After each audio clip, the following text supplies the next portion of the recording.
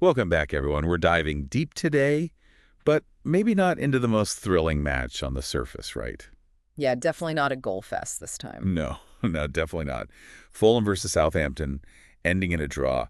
But honestly, even in a draw like this, there's a lot we can unpack, right? Oh, yeah, tons. I mean, tactics, form, new managers finding their feet. Absolutely. And for anyone who didn't catch the game, we're here to break it down using the match report so you don't miss a beat. Absolutely. Let's get into it. Okay, so the report kicks off describing that first half as sleepy and stunted, which honestly feels spot on. Southampton's setup seemed to really stifle Fulham, especially in that first half.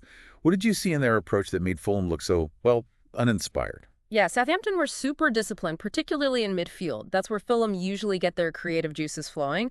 But Southampton basically shut down those passing lanes. Harry Wilson, for example, he's usually pulling the strings, but he just couldn't find those tight passes he's known for. Yeah, I noticed that. He ended up taking a few long shots, which the report calls speculative. Right, exactly. But I think those were born out of frustration more than anything. He couldn't find those intricate passing options, so he was kind of forced to try his luck from distance. That's a great point. Those long shots weren't just random. They were a result of Southampton's tactical discipline. Exactly. But, Southampton weren't just parking the bus either. They did have that one moment in the first half where they tested Fulham's keeper, right? Absolutely. Alex Iwobi had that shot that forced a decent save from Ramsdale. It was kind of a wake-up call for Fulham, a little reminder that even though Southampton were solid defensively, they could still be dangerous on the strike. It was definitely a warning sign. Then in the second half, things did open up a bit.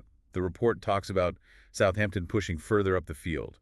Was that just a confidence boost from keeping a clean sheet in the first half, or is there something more to it?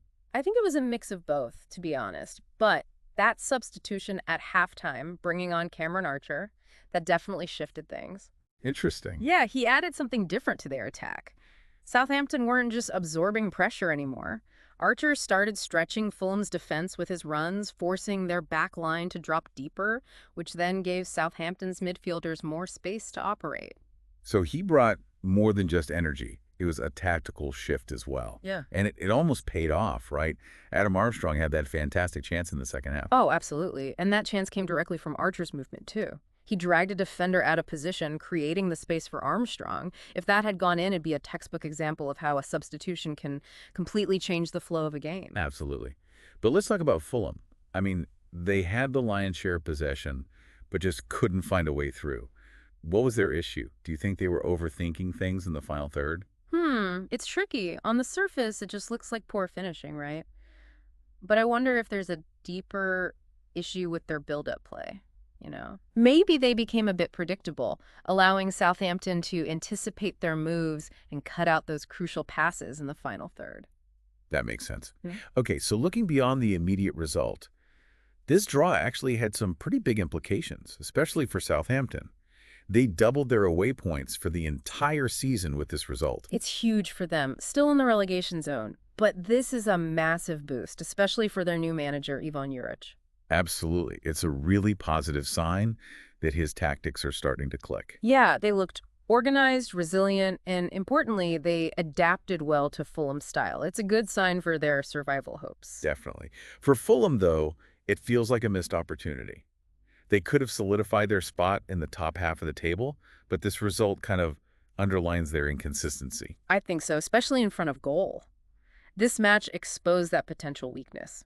They can dominate possession, but they need to figure out how to break down these stubborn defenses. Right. Maybe they need to add more variety to their attack, be a bit more direct at times, or even bring in a different type of player during the January transfer window. Lots to ponder there.